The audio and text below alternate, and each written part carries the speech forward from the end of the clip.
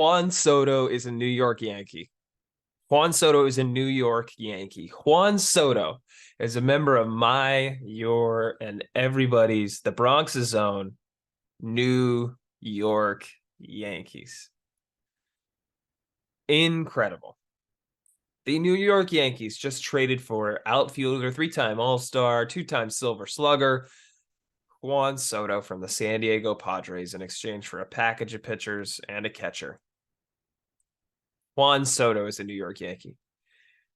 The deal was really in the works for quite a while. It was part of my ideal offseason as a Yankees fan, which I put a video out. Two of those pieces have already happened. I give a three-part plan. One of them was Juan Soto. One of them was an outfield or third base upgrade, which they got in Grisham and a Verdugo. And the third part was acquiring Yoshinobu Yamamoto. And that's still up in the air. But the main important piece, Juan Soto is a New York Yankee. And sure, it's only for a year. And sure, you gave up Michael King, who I think could be a very, very good starter in this league. And sure, you gave up some prospects, including Drew Thorpe, the minor league pitcher of the year, Randy Vasquez, Johnny Brito. That hurts a little bit, hurts your depth quite a bit. But the Yankees churn out pitchers like nothing else. He also gave up Kyle Higashioka, the longest standing member of the Yankees organization, which is an incredible statement. And I believe Aaron Judge is now the second. What this does for the Yankees, it significantly raises their floor and their ceiling. Juan Soto slots into one of those outfield spots. You go from a situation, let's say Juan Soto is your left fielder. It's not quite going to work like that because they're going to shuffle around Verdugo and Judge and Grisham based on the matchup.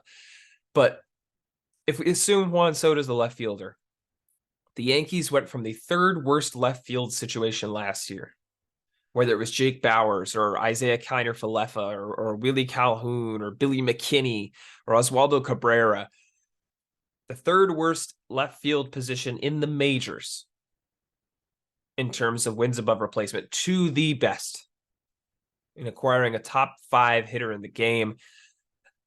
I said it, three-time All-Star, two-time Silver Slugger. He's 25 years old. You got a chance to show him what being a Yankee is like, show him what playing in New York is like, and hopefully you can re-sign him in the offseason. Like I said, the pitching depth you gave up, it hurts a little bit, but it has to hurt to acquire a guy like Soto. Now you can slot him into that lineup in the 2-hole, in my opinion. You bump Judge down to 3. You got a lineup that looks like LeMahieu at third, Soto for the most part in left. Oh, I'm sorry, in right. You bat Judge third, play him in center. The fourth, you go with another lefty and Anthony Rizzo playing first. And then in the 5 spot, you could either go Gleyber Torres or Giancarlo Stanton, whatever your preference is. Torres at second or Stanton at DH, and then you put the other one right after that in the 6th hole. 7, you slot in Verdugo in left, and then 8, Volpe in shortstop, and then 9, you got Wells and Trevino splitting time at catcher. And the beauty about this is Verdugo and Grisham hit opposite-handed pitchers very well.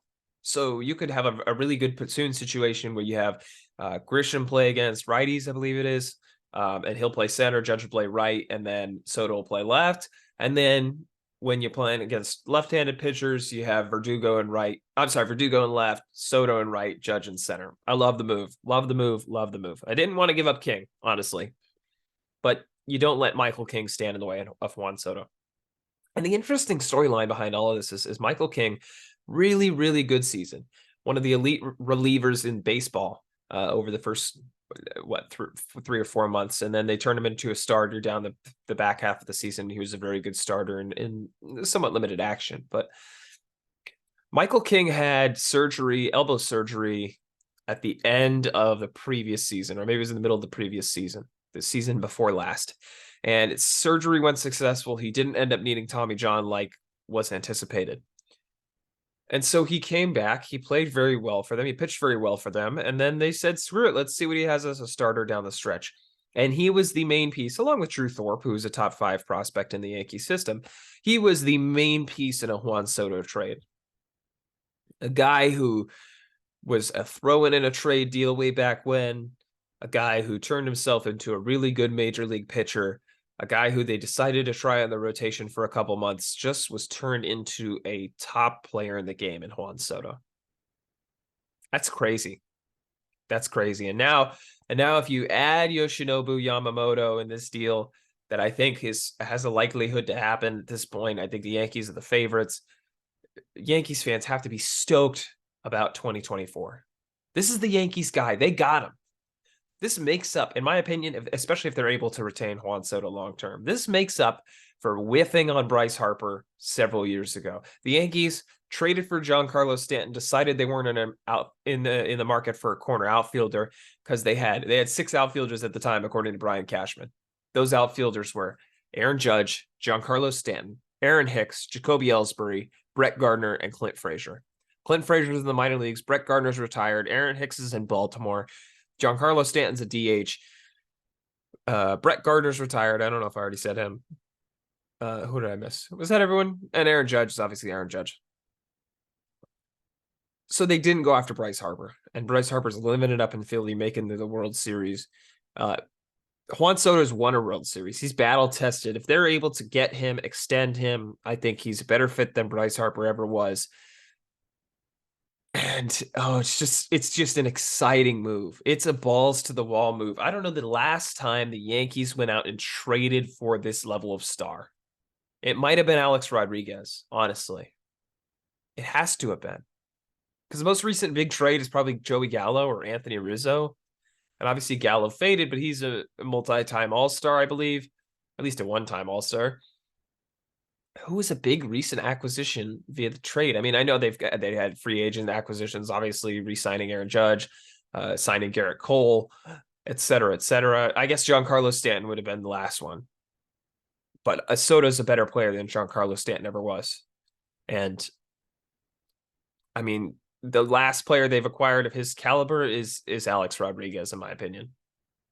I'd have to look back, but just an incredible acquisition. A balls to the wall, go for it move. Brian Cashman and the New York Yankees, Hal Steinbrenner and the New York Yankees saw the progress that was not made, the progress that was lost last year, finishing just above 500, and decided that was enough.